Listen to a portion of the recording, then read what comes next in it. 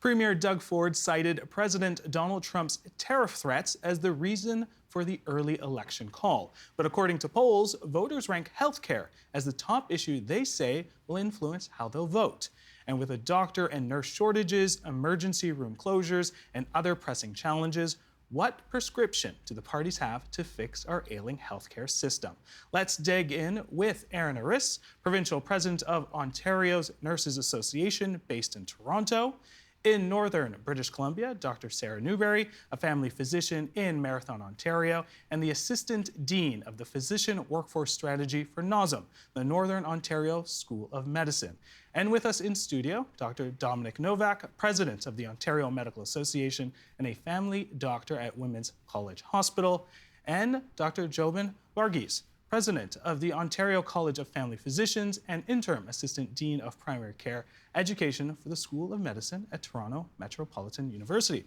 Welcome to you both in studio and welcome to you both online and for joining us. Let's start off. I'm sure we all know the recent coverage in Walkerton, Ontario. Hundreds of people lined up in the snow as early as 2 a.m. in the morning, chance to get a spot for a family doctor. Fortunately, as we know, they are not alone. Let's look at some data to see what the gaps look like. So in 2023, 2.5 million Ontarians were without a doctor. In 2026, 3 years later, that number ballooned almost double to 4.4 million Ontarians without a doctor. And that's an expectation, of course, around 2025. All right, so according to the Ontario Medical Association, Ontario needs 3,500 family doctors, and we need them now. So I'm going to come to you, Dominik. How do we go about doing that? Part of this is going to be making family practice attractive again for medical students and then also for existing doctors. I'm president at the OMA, but also a teacher for medical students and residents. What I'm hearing is that they're seeing the reality of the unsustainable workload, the fact that family medicine is no longer seen as a viable career for many of our colleagues in this province. So let's make it attractive again to be a family doctor. That'll bring family doctors in, but just as importantly, it'll keep the doctors that we already have in this province ready to work doing the practice of family medicine. All right, Jobin, I'm going to quote Dominik. He had mentioned, it's sort of like a Hunger Games when it comes to recruiting doctors. And it's not, we have the scene of people waiting in line, but let's talk about the municipalities and the communities that are fighting to get these doctors to come to that. With that, how do we go about, it's a big issue, but how do we go about doing that? I think it's scary. 2.5 million people is just not okay. There's too many people who are waiting to get a family doctor, and we need to get to the point where everyone has access. But like Dominik said, it's critically important that we get those family physicians supported by teams and having the right technology at their fingertips. I'll use an example. If I am working with a patient who had a car accident and now has a concussion, I'm going to have paperwork to do for their insurance company, for their work, to be able to get them back to work. Having things like an artificial intelligence scribe could allow me to document more effectively and be able to help get that person back to work at a sooner rate. On top of that, if we had things like centralized referral systems, it would also allow us to more effectively pass through the healthcare system. All right. Dr. Sarah Newbery, we know you've been in this game trying to recruit when it comes to the North. This is not an issue. And here we have Jobin talking about AI. We're in a whole new world here. It's very interesting. But I'm curious, with the fight that you guys have and what you guys need to do, what is sort of the solution in terms of fixing that shortage?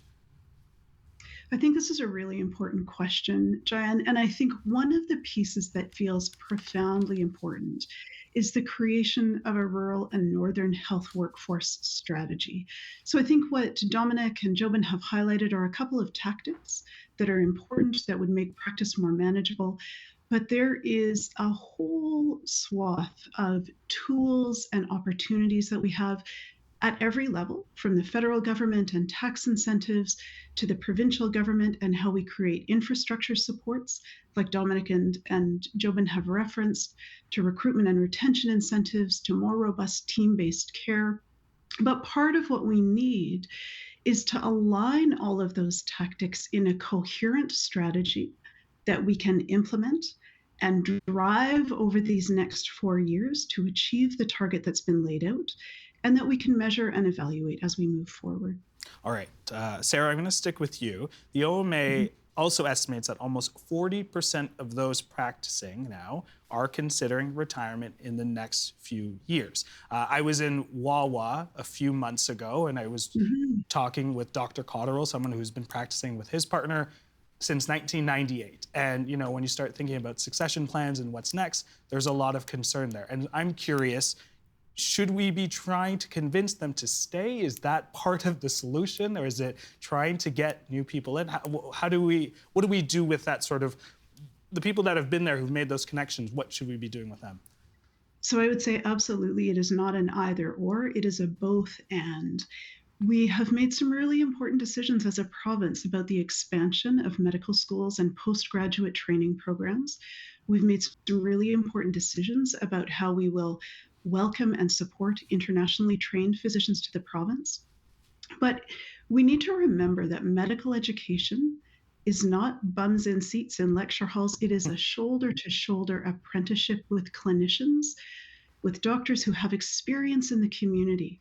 And so if we want our medical trainees to practice in communities that need them most, we absolutely need to be retaining the doctors Cotterill and Oberai and Wawa and seasoned clinicians wherever they are, so that they can do that training and apprenticeship of our medical learners, so that they can mentor new grads at the transition to practice, so that they can support those new grads as they enter, and ideally help them to be retained in practice. Absolutely need to focus on recruitment, but without retaining our current clinicians, recruitment won't be as successful as it should be. All right, Dominik, I'll get your take. Yeah. You know what, Sarah talks about this concept, gravity, when it comes to recruiting and retaining doctors. Those seasoned clinicians, the teachers, are oftentimes the ones that are actually pulling in other doctors into the community. So without that sense of gravity, it's actually really hard to recruit new docs, especially in rural and northern communities. What is the sales pitch to your friends then in that case? Yeah, that's one of the first things that doctors ask when I meet with docs across the province in terms of their joy in work. And it means something like, is there a foundation for the healthcare system there? Is there a team that I could join? Are there other doctors there and other health professionals that I can rely on for support? That's what doctors are looking for when they're looking for where to set up shop in Ontario. All right, I'm going to open up the bullpen. I want to talk nurses. All right, Erin. Data from the Canadian Institute for Health Information shows that in 2023, Ontario had 651 registered nurses per 100,000 people. The Ontario Nurses Association says that's the lowest staffing ratio in the country, and it's getting worse. I kind of want to, before I ask you how we're going to attract and retain, how did we get here? And I know it's been there's a lot of things that have happened, but how did we get here? How did we get here? Since 2018, we've just seen failed policy after failed policy. We've seen underfunding of the healthcare system broadly, in particular primary care, as everyone else has discussed today. And when you have a shortage of 25,000 registered nurses in the system, you can imagine how this plays out for primary care and home care in particular. They're far worse off than other sectors. All right, so with that being said, how can Ontario attract nurses and retain more nurses? I think it's important to note that the Ford government spends the least per person in the country on healthcare, at just over $4,800 per person. And that would require a further investment from this government of 15.5% just to bring us to the average. So what does this look like for primary care? Well, the answer is, in primary care for nurses and healthcare professionals, that would require an additional $2 billion investment in wages just to bring them up to what hospital sector workers make, which is completely unacceptable.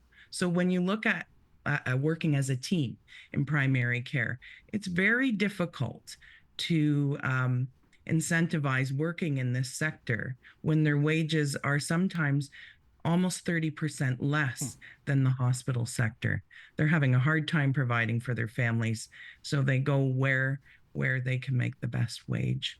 All right. And not where they would prefer to work. So You talked about money. I want to show a little bit of some information of the four parties and the promises that they're making to boost numbers of GPs. So the PCs are promising 305 primary care teams at a cost of $1.8 billion. The NDP, 3,500 doctors at $4 billion. The Liberal Party at 3,100 doctors at $3.1 billion. And then the Greens at 3,500 doctors at $3 billion. You can see there's a little bit of a difference in price there from the NDP and the Greens, same number of doctors. All right, Jobin, the PC pledge is a bit different. 305 primary care teams. Why the distinction? Well, I can't speak to why the distinction, and I don't really think rating one or another is going to be worthwhile. What I do think is important is that it's clear everyone sees this as a clear need to speak about, and now implementation is the important part. So significant problems require significant investments. We need to get to the point where these numbers start actually working towards seeing the boots on the ground and getting to the people that need to get the care.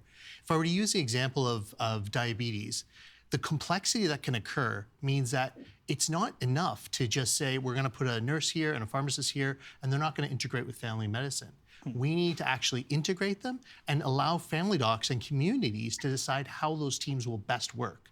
So the money is important, and it will need to go to many parts, including compensation, especially given the fact that family docs have been below inflation in terms of their compensation rate. And I know that the Ontario Medical Association is working with the government on that. But I think that this is where having family physicians supported by teams that they can co-create with their community, integrate and work together, and have those technologies work together as well.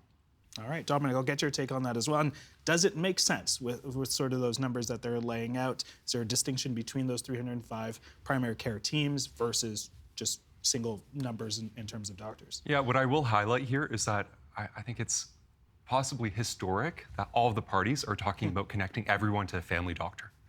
And that's the start, the foundation of our healthcare system. If you have a family doctor, you end up getting preventions, cancer screening done on time, you end up using the emergency room less often. You save hospitals for the people who need them. You live longer and at a lower cost to the healthcare system.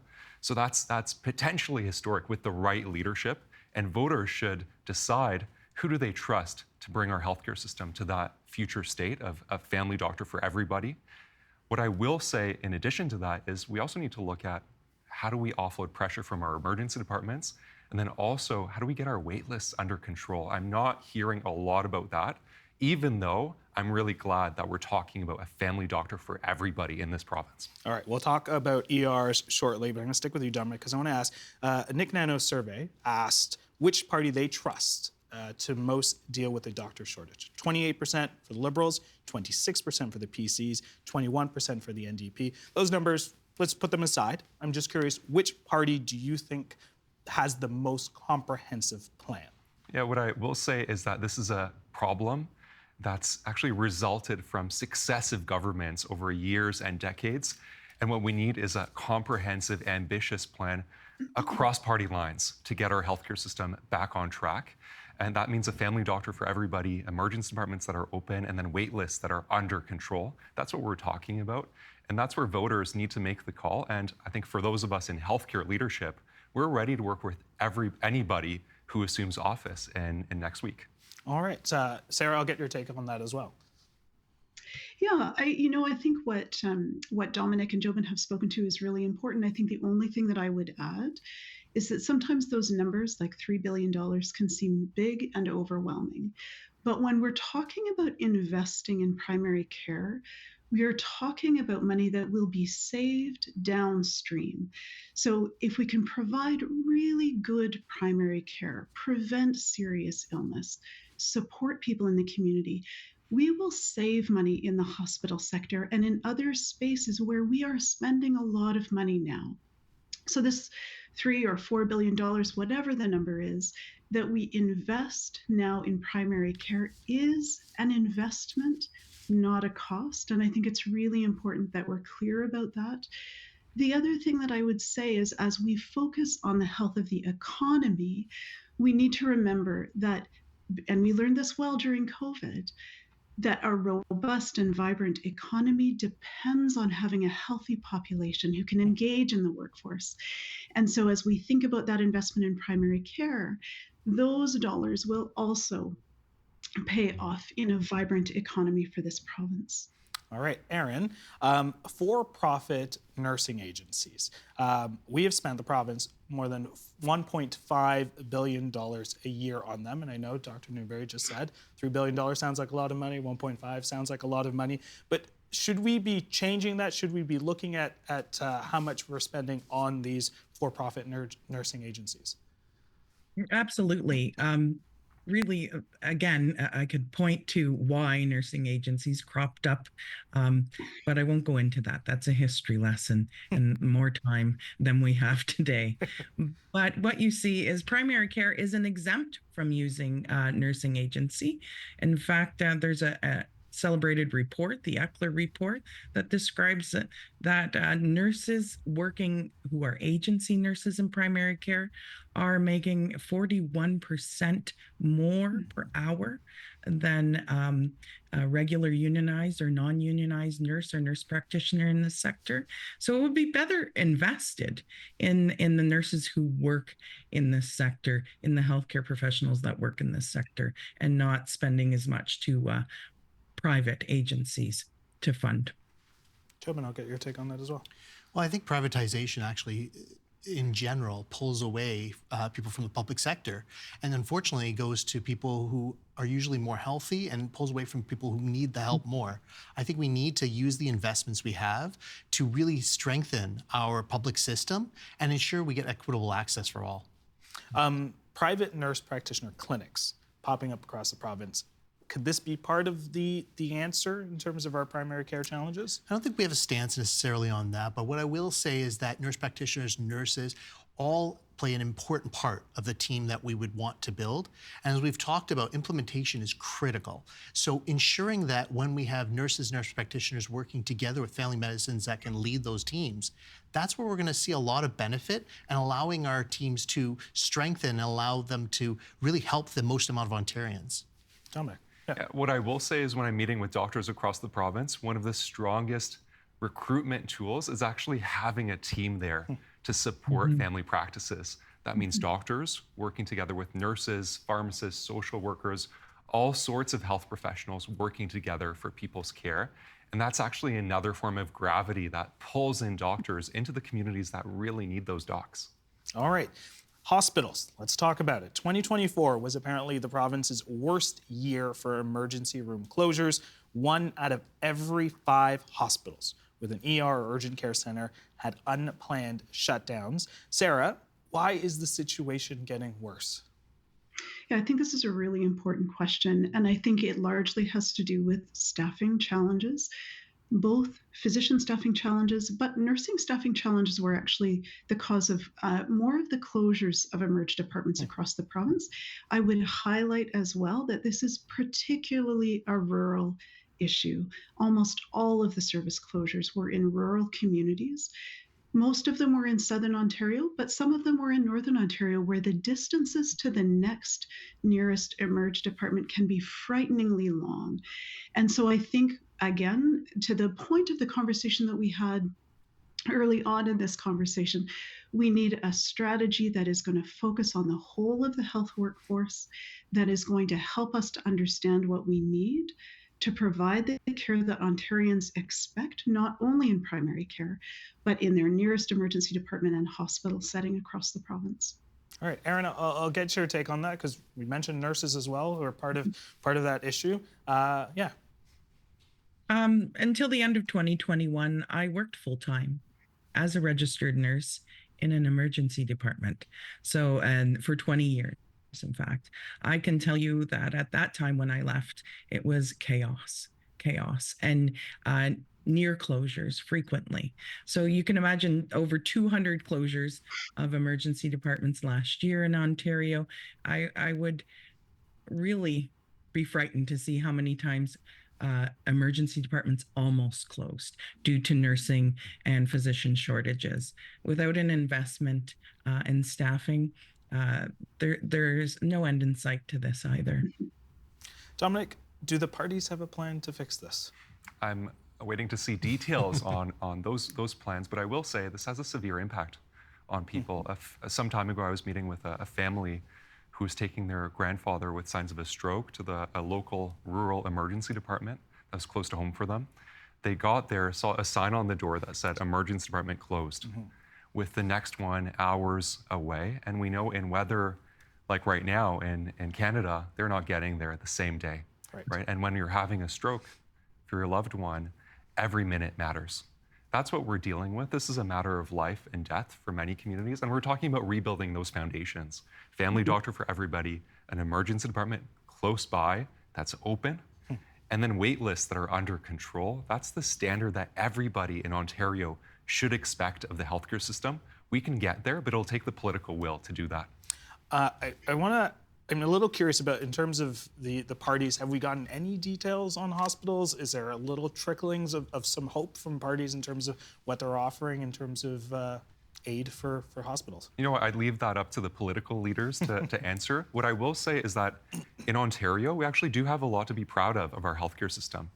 If you can get through the wait, if you could get a family doctor, if you could get into that hospital emergency room, you get world-class care from world-class doctors and nurses and other health professionals at world-class hospitals, some of the best in the world, and you get world-class outcomes as well. So we have a strong foundation. It's the people behind the scenes that make that foundation strong, but we need the political will to get our healthcare system back on track, starting with the weights and access, and those are the types of foundations that we're talking about here. All right, Chairman, I guess. And I think the biggest thing is that without having a clear foundational support of primary care, family medicine, we're going to continue to see these problems. And the ERs are a major symptom. By having a strong foundation and putting the investment into family medicine, we're going to see a lot of that wait list come down. We're not going to see people having to go to the ER because they don't have a family doctor. 2.5 million Ontarians without a family doctor means that they have to go to the ER, and those closures are lives lost. So I think this is a critical situation. I think the significant investments that we've heard about are extremely important, but the implementation is really where it comes from. We need to be seeing that not only are family doctors going to be brought in, both retained and recruited, but they're going to be supported by a team, the right team that's going to work best for the patients around them, and they're going to be surrounded by the right technology that allows them to best work in a way that helps patients and improves the efficiency of the healthcare system. All right. Sarah, all these issues, as you had mentioned, are more acute in Northern Ontario. In Sault Ste. Marie, a new nurse practitioner-run outpatient clinic had opened, providing care for roughly 10,000 people who lost their family doctors. People are driving hours, as we had mentioned, to see a GP. In some areas without pediatric care, women are actually temporarily relocating in the last weeks of pregnancy. I think there's sometimes always a disconnect here in Southern Ontario to what the issues are in Northern Ontario when it comes to, there's a lot of praise and thanks to rural generalists. They are the Swiss Army knives of the medical field. We know that very well, and the teams that are there. I'm curious, I had asked the gentleman here, in terms of the parties, but what parties, have we seen anything? Are they saying anything that will be useful, that gives you some hope on this topic? Yeah, I think this is a really important question. And I think maybe because you've raised the issue about, sort of recognizing that the North is different, I will just remind the TVO audience that Northern Ontario is massive. It is the size of France and Germany combined. It is 25% larger than the state of Texas. And yet, across that huge geography, we have a population that is less than the population of the city of Ottawa.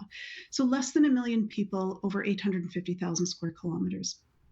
And that geography creates some of the complexities that you've touched on, women having to relocate to be able to birth their babies, and a variety of other challenges. I think when I think about what political parties can and should be doing, I think Dominik has touched on it. This needs to be a commitment from all parties. Northern Ontario needs specific attention because the reality of Northern Ontario is different, not only in terms of our geography, but also in terms of the complexity of the population. People in Northern Ontario, on the whole, are older, poorer, and sicker than the rest of the population in the province. And so the needs for healthcare services and the needs for those services to be delivered locally are particularly significant. And I would love to see each party create a specific northern and rural health workforce strategy and health strategy. At one point, we did have a northern health equity strategy that has sort of quietly slipped away pre-COVID, and we haven't brought that back. And I think it's time to do that before Northern Ontario falls farther behind than it currently is. I also am going to just pick up on one other point because it is specific to rural, and that is it's not entirely specific to rural, but is predominantly a rural issue. When we're bringing a family doctor to our rural community, we are also, through that family doctor, often staffing the emergency department. Because rural generalists, the Swiss Army knives of healthcare, do work in the office and they work in the hospital and they're in the emerge department and they're in long-term care and they're doing palliative care at home and they're often providing obstetrical services. So the magnitude of impact when we lose a family doctor, like Dr. Cotterill or Dr. Oberei from Wawa, is not only on patients in primary care, but is on the risk to the emergency services to that community. And using Wawa as an example, their next nearest emergency department is 2 hours south of them in Sault Ste. Marie or 2 hours west of them in my community in Marathon. So the impact of family physicians in our small communities, both in primary care and the hospital sector, cannot be underestimated. All right, Dominik, I think, did you want to add in on there? I was smiling because I was just in Sault Ste. Marie and I saw exactly this phenomenon play out where an entire community relies on a handful of doctors. There are docs that are staffing family practice clinics because they're often family doctors, but also working in the emergency room, delivering babies, doing end-of-life care, all these sorts of things. And they're so deeply committed to their communities that they're filling their community needs, just like doctors do, especially family doctors do, all across the province, especially in those rural and northern places. All right, we're going to talk a little politics. I know you guys have been really good in avoiding a little bit, but I'm going to ask. Erin, I'm going to start with you. The PCs have been in power since 2018. Based on their health record, do they deserve re-election? No, they don't. I'm supposed to be nonpartisan, but I need to be truthful. From a nursing and healthcare professional standpoint, they do not deserve re-election, and Ontarians deserve better. And that includes the workforce that we represent. So we're at a scary time, and I would like to see some change for the better. Otherwise, I don't know where we'll go from here. Sarah? I am excited about the commitment to primary care by all parties. I am excited about the decision to have launched the Primary Care Action Table with Jane Philpott. I will trust that whoever is reelected will continue that profoundly important work in service to all Ontarians. And I am really hopeful that whichever party is elected will continue that commitment and stop making healthcare a partisan issue. Dominik? Yeah, look, the challenges that we're seeing in healthcare have been over years, decades, successive governments. And the reality is that as Canadians, we want to be proud of our healthcare system, but over the years, we've neglected our healthcare system. And that includes in the last few years under this government's watch. What I will say is that there's a tide of change right now across parties and the recognition of the importance of a connection to a family doctor and then rebuilding confidence in our healthcare system. And that's what we need to continue to focus on if we're going to restore confidence in a healthcare system that we can be proud of again as Canadians. Jim? I think it's pretty clear that every party has talked about how important it is for family medicine to be top of mind. And the fact that we're there means that we're in a really good place. I'm really hopeful that the dominoes have been set up. It's about getting to the point where we can push them through. I think the idea of the primary care action table is a great step. I think whichever party comes into power, it's going to be critically important that we keep family medicine at top of mind. The Ontarians have already made healthcare the top issue in this election. And I think that means that we're at a place that we can't afford to wait anymore. There's no more years, no more decades to wait. We need urgent issue now. People are hurting now. We need to see the change. And I'm hopeful to see that because this has become such an important nonpartisan issue. it's pretty clear that we need to get to the point where every Ontarian has access to a family physician. That family physician needs to have the right size team around them and the right technology around them. All right, I want to pick up on a note actually that Dominik had mentioned. He said restore confidence. But I'm curious on a personal level, how do you restore joy? For you guys, it is clearly what we've talked about. There's a lot of burnout. There is a lot of potential dark clouds that are floating, and there's hope. But how do we get joy back for you guys as care doctors? One of the Ontario College of Family Physicians' main things is to bring back the joy and have family physicians thriving. And the way they can do that is actually be able to spend more time with their family, more time with their patients, more time not necessarily doing the day-to-day, the 19 hours of administrative paperwork that they have to do currently per week. These are the things that are driving that down, and why family physicians are constantly saying, I love my work. I don't love the work associated with my work. And so we have technology, we have tools and tactics that can be used now. And the way that we're going to bring back joy is to allow people to really turn away from the computer screen and turn back towards their patient. Because that's where that joy is being able to be the highs and the lows with that patient and be able to really bring that forward. So allowing physicians to do what they trained for and not be a clerk, not do things that they haven't trained for. All right, Erin, I want to get your take on that. How do we bring back the joy? Well, I couldn't agree more. From a nursing perspective, from a healthcare professional perspective, we want to be able to spend time with our patients, safe time with our patients. We want to also go home and do the same thing as our colleagues in medicine are doing. We want to be able to go home and spend more time with our families, but be present in the moment, be present when we're giving care, have everything manageable, our family life and our professional life. And that would bring joy back. All right, we have a couple minutes left. I have one question. I'm going to start with Sarah. What would you say to Ontarians who are making healthcare their ballot issue? Which party should earn their vote? I think they're going to have to look at each of the party platforms and consider those strongly. For people in Northern Ontario, I think there are some differences in the party platforms that focus on the North, and those will need to be considered by them. I think looking at the parties and their commitment to moving forward with both hope and courage to make the changes that we need to make urgently is going to be really important. And each citizen voter will develop their own sense of that from the political party platforms that they review. But I hope that they'll review them and look at the sense of urgency, the sense of commitment to healthcare in each platform, and make their informed decision based on that. Erin? Oh, I would like to say, make an informed decision. Make your decision based on recent history. Look at what policies have been enacted. Ask yourself how you feel today. Do you have better access? Do you have better care than you had in 2018? And look at each party, individual. Look at every platform, every individual leader, and see, and make an informed decision. Dominik? Yeah, what I'll say is that there's no room for denialism in what the state of our healthcare system is. And our political leaders need to actually accept what's going on the ground in our healthcare system to move beyond that. And we can build to a better place. We can get to a world where we're proud of our healthcare system again in Ontario and as Canadians.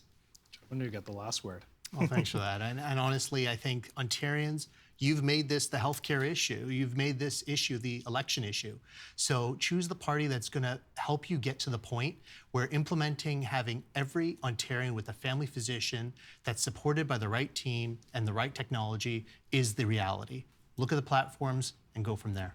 All right, Erin, Sarah, Dominik, Jobin, thank you so much for joining us online as well as in studio for this important conversation. Thank you for having us. Thanks Thank so you. much.